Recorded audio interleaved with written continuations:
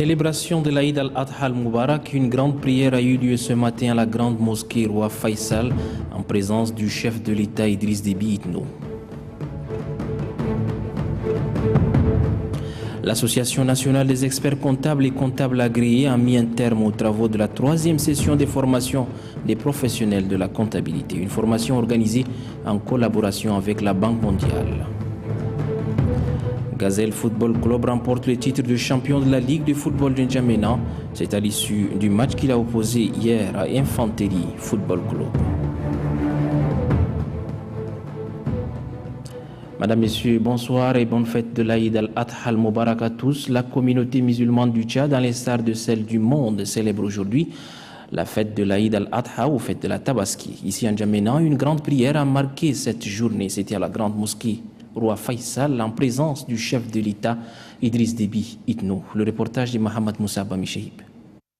Tôt ce matin, les fidèles venus des 4 coins de la capitale ont envahi la grande mosquée. Tous sont venus accomplir leurs devoirs religieux en cette journée de la fête la plus importante de l'islam.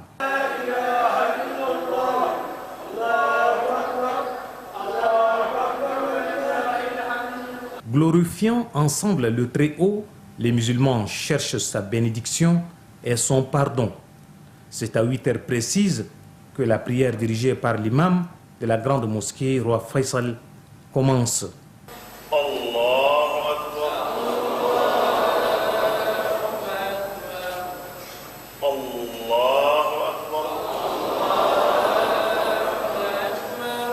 Dans son sermon, l'imam Ahmad Nour al-Halou a tout d'abord rappelé les concepts de l'islam que tout musulman doit respecter. L'imam est aussi revenu sur l'histoire de la fête de Tabaski, appelée aussi grande fête ou fête des moutons, qui rappelle la soumission du prophète Ibrahim ou Abraham qui s'apprêtait à égorger son unique fils Ismaël. Selon Ahmad Nour al-Halou, le message du prophète Mohammed sallallahu alayhi wa sallam retourne aux traditions d'Ibrahim, le premier musulman et messager de Dieu. L'imam n'a pas manqué d'inviter les Tchadiens en cette journée bénie qui marque la fin du pèlerinage à cultiver la paix, l'amour du prochain et surtout la tolérance.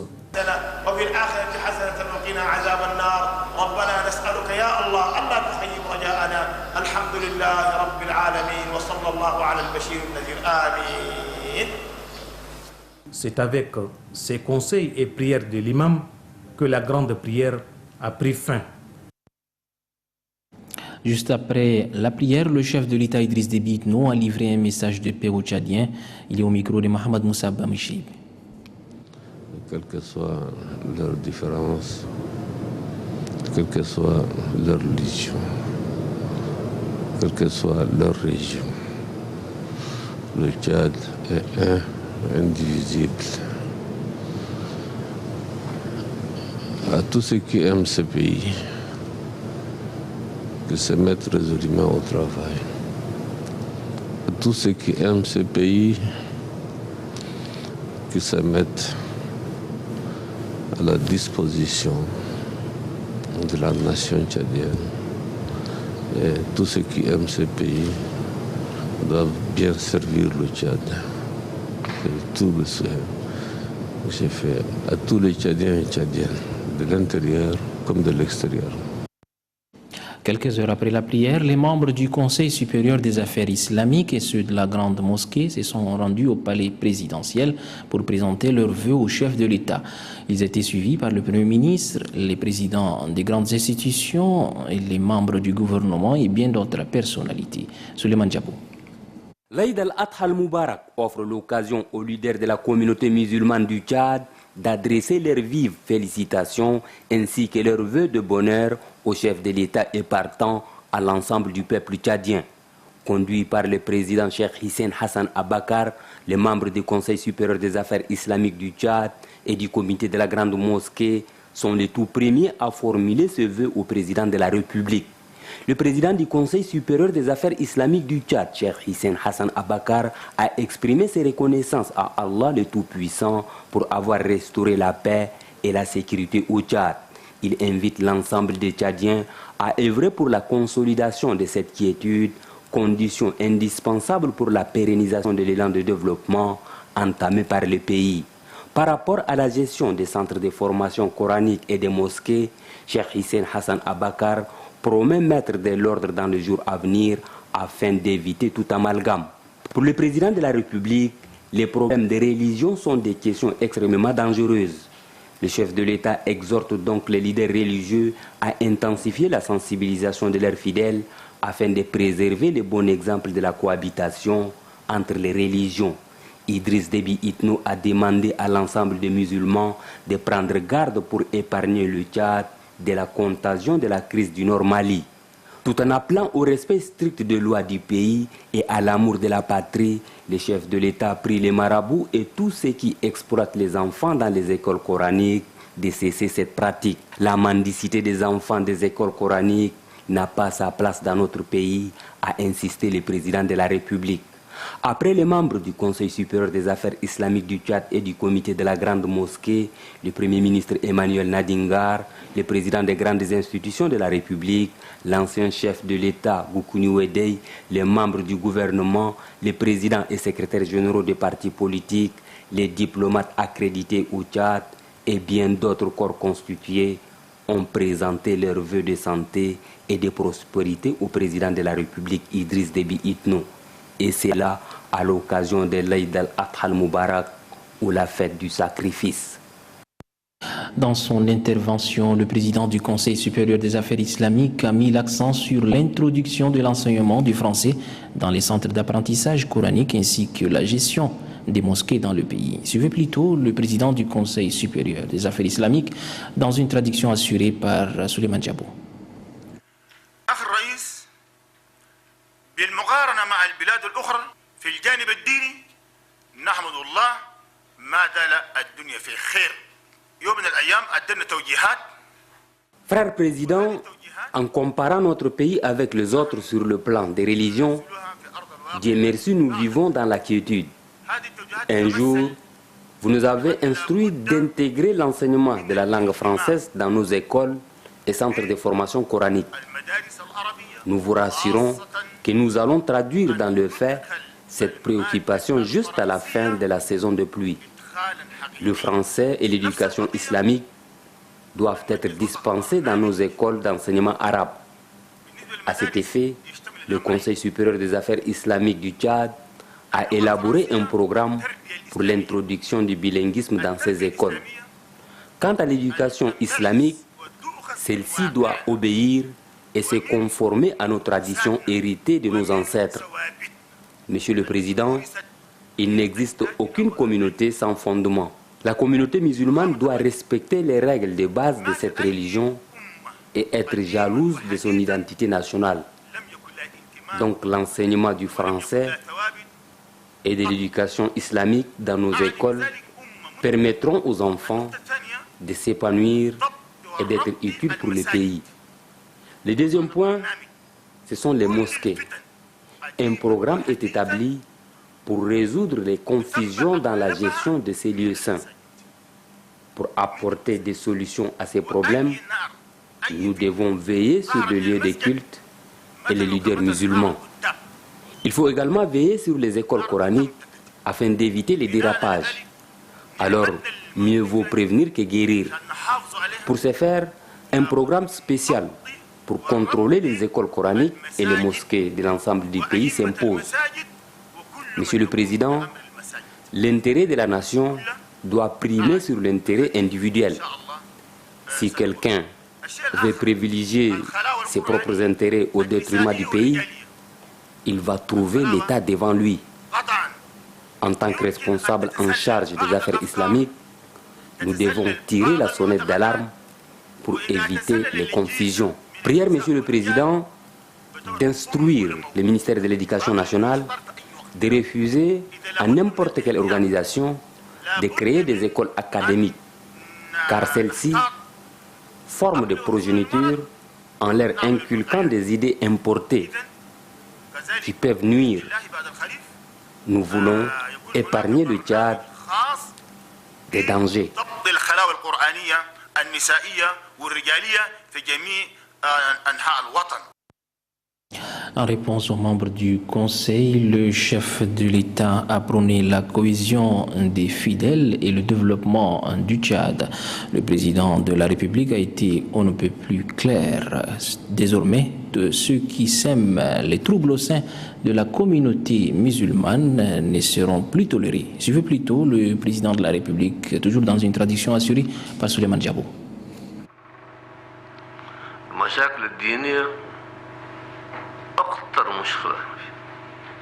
Les problèmes religieux sont très dangereux pour la vie sociale. Mes frères religieux, je vous demande d'être sereins. Je demande à l'ensemble des Tchadiens, particulièrement aux chefs religieux et musulmans, la compréhension. Car votre responsabilité est très importante. En mesurant la distance et l'avancée de notre pays, nous ne devons pas reculer. Qu'Allah nous aide à œuvrer davantage.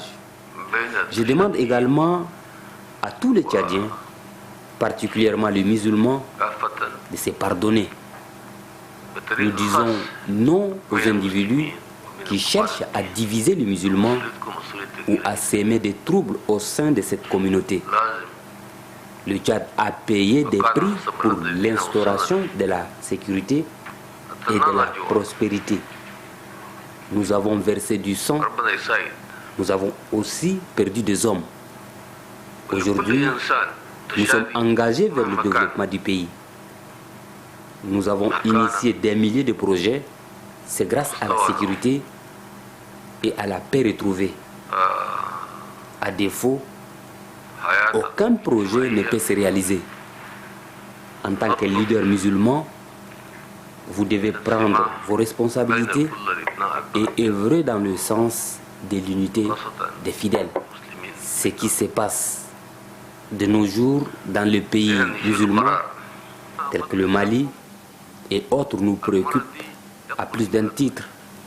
C'est très dangereux.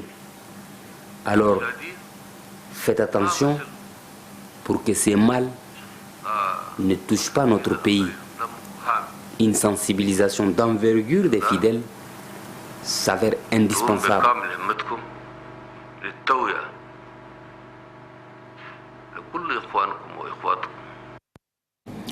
L'Aïd al-Adha ou fête de moutons, chacun fait de son mieux à son niveau pour commémorer cette fête. Le sacrifice et le partage restent les maîtres mots de la journée, dans les familles.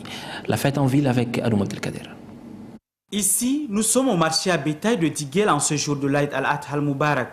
La ruée vers ce marché donne l'impression que l'on est encore à la veille. Nombre de pères de famille préfèrent se procurer leur mouton de sacrifice le jour J. L'essentiel pour eux est d'accomplir l'acte selon la volonté de Dieu. Si dans certaines familles, on a opté d'acheter le mouton le jour de la fête, dans d'autres mieux préparés, l'on s'active déjà au festin. Et comme il ne peut y avoir festin qu'en communion, proches et parents sont conviés. L'Aïd al-Kabir, c'est aussi une fête de partage avec les nécessiteux. Comme ici, une association religieuse met à la disposition des moins nantis de la viande pour leur permettre de se joindre à cette communion de la Tabaski. Dans le reste de l'actualité, 17 fonctionnaires de la police nationale ont suivi une formation en technique d'utilisation des véhicules équipés des canons à eau. C'est à la faveur d'une session qui s'est achevée hier soir. C'est le ministre de la Sécurité publique qui a présidé la cérémonie de clôture. Belgar l'armée la guerre. L'instauration de l'ordre public préoccupe les autorités du pays. 17 fonctionnaires de la police nationale viennent de bénéficier de 5 jours de formation en technique d'utilisation des véhicules équipés des canons à eau. Avec ces acquis, ils sont désormais à même de bien exploiter ces engins en cas de besoin.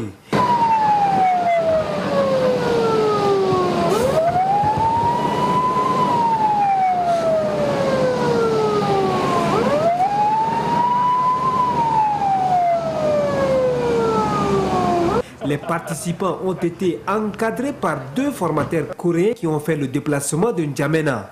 Cette formation, qui est la 2e du genre, selon le commandant du haut groupement de police, vise à améliorer la qualité des prestations des récipiendaires. Le ministre de l'Intérieur et de la Sécurité publique demande, lui, une bonne utilisation. Vous devez vous approprier ces connaissances acquises en vue de les traduire dans les faits. Et surtout, mettez-les au profit de votre service comme un instrument de maintien de l'ordre public. Ces 2 véhicules équipés des canons à eau viennent augmenter le nombre à 7. Ils ont une capacité de 9000 litres chacun et sont capables d'atteindre leur cible à 70 mètres.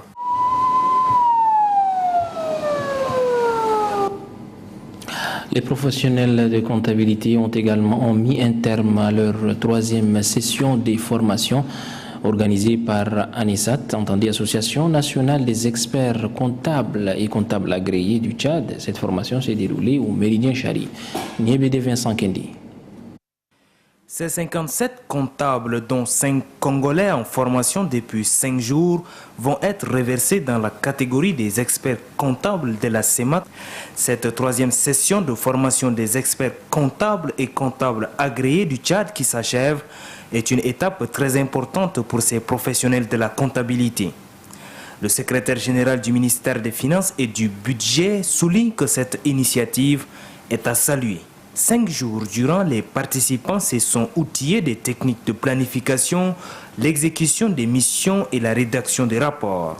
Ils ont reçu des informations nécessaires à l'exercice de leur profession ainsi qu'à la mise en place de la conduite des différents ordres. Le président de l'Association nationale des experts comptables et comptables agréés du Tchad, Simplice Diaounayel Mbaye Dadje, exhorte les participants à se préparer pour la soutenance des mémoires ou rapports d'activité.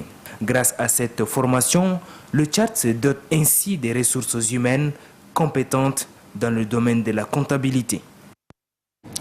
Vous avez certainement suivi dans nos précédentes éditions la rencontre mensuelle sur la santé présidée par le chef de l'État en personne. Eh bien, ce type de rencontre se déroule aussi dans les chefs-lieux des régions. Dans le Wadaï, le gouverneur Kedala Younous Hamidi a présidé la réunion mensuelle sur les activités sanitaires. La rencontre concerne principalement les spécialistes de la santé et les autorités locales. Anastasie Bissi. Cette réunion mensuelle sur les activités sanitaires de la région du Wadaï a vu la participation de nombreuses autorités de la place, des spécialistes de santé et autres invités. 2 points sont à l'ordre du jour. Il s'agit du bilan des activités de santé de reproduction et le plaidoyer sur les journées nationales de vaccination contre la poliomyélite prévues le 27 octobre. Les responsables des services de santé du Wadaï ont révélé qu'il y a une faible couverture sanitaire dans la région. Ceux-ci ont plaidé pour le renforcement du personnel soignant dans des districts sanitaires. S'agissant du plaidoyer pour les journées nationales de vaccination contre la poliomyélite, les responsables des services de santé se sont félicités du résultat enregistré durant les précédentes campagnes. Le gouverneur de la région du Wadaï rassure les spécialistes de santé de la disponibilité de l'administration pour soutenir les actions dans le cadre de la lutte contre la poliomyélite. Nous allons nous impliquer, mes collaborateurs et moi-même, nous mettre en première ligne,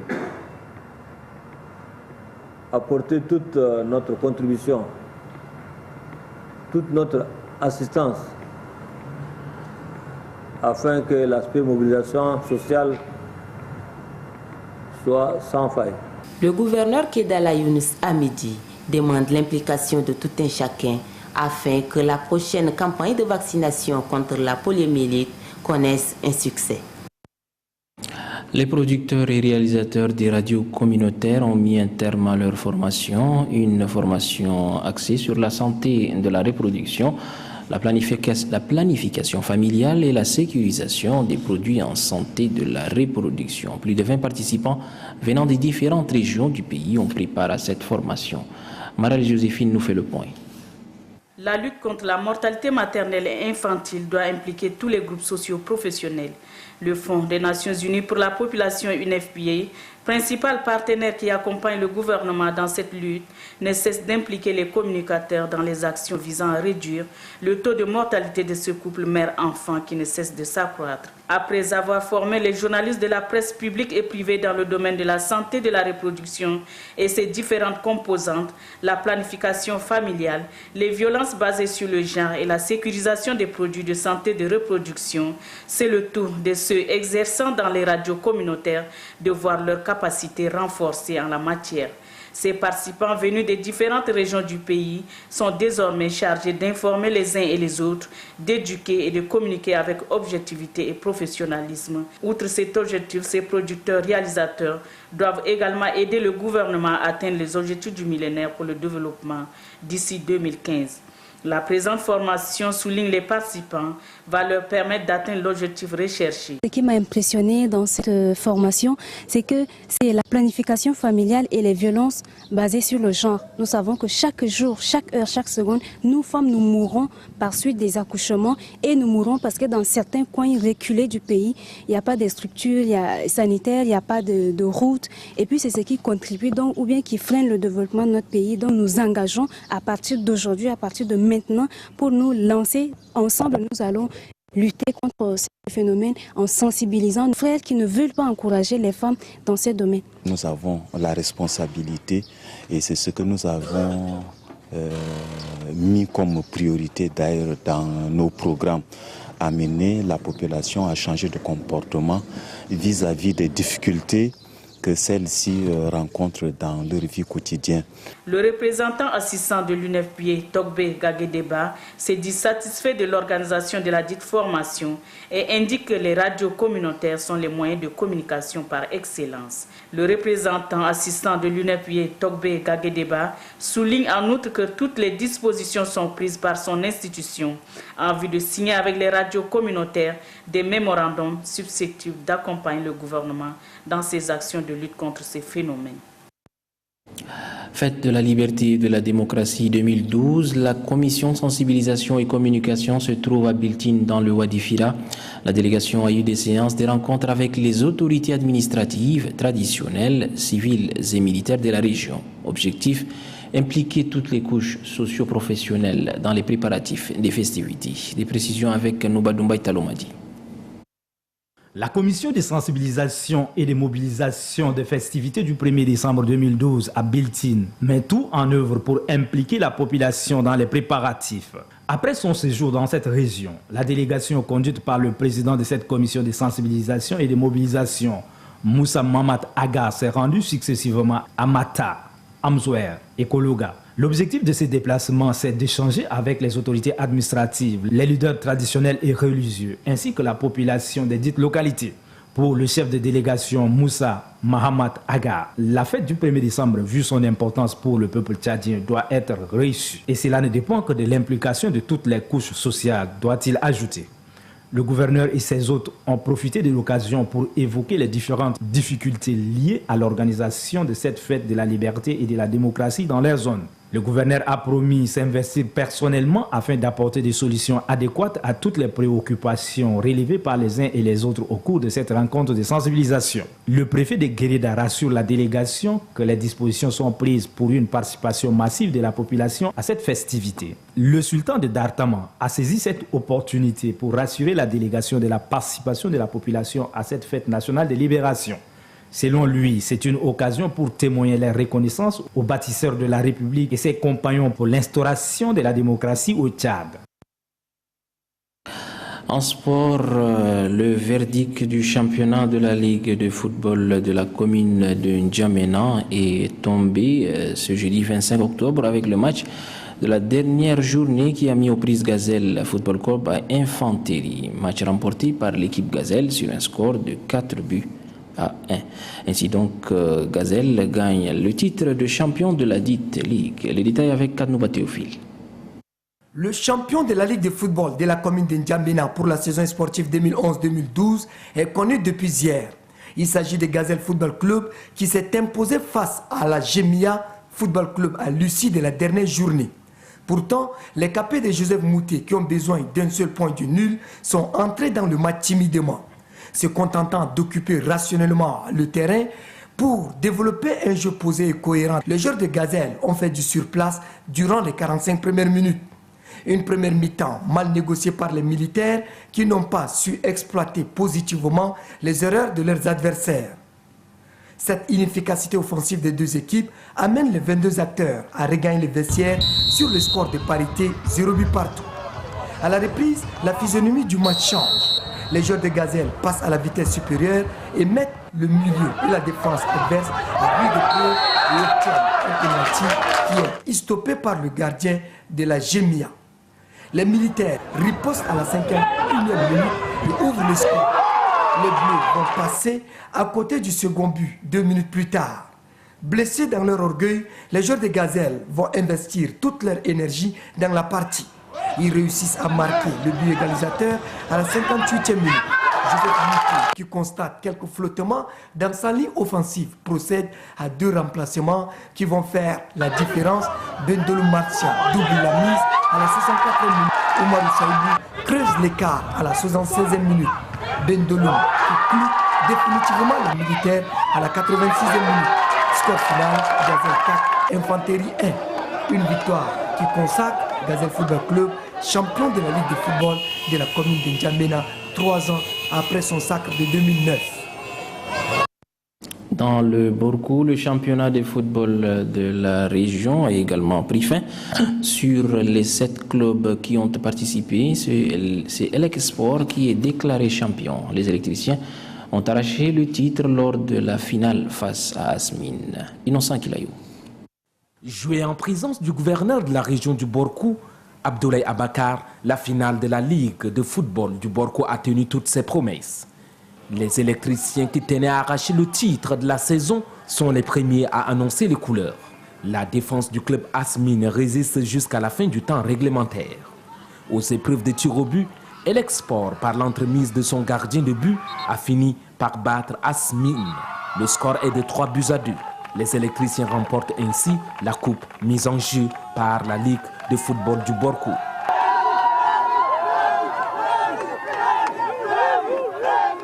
Pour les dirigeants de la Ligue de football du Borkou, Elec Sport et Asmine sont les 2 clubs qui représenteront la région dans les différentes compétitions organisées par la Fédération tchadienne de football. Voilà, c'est avec cette page sportive que s'achève ce journal télévisé en français. Merci de l'avoir suivi une fois de plus. Mabrouk Khalid à tous.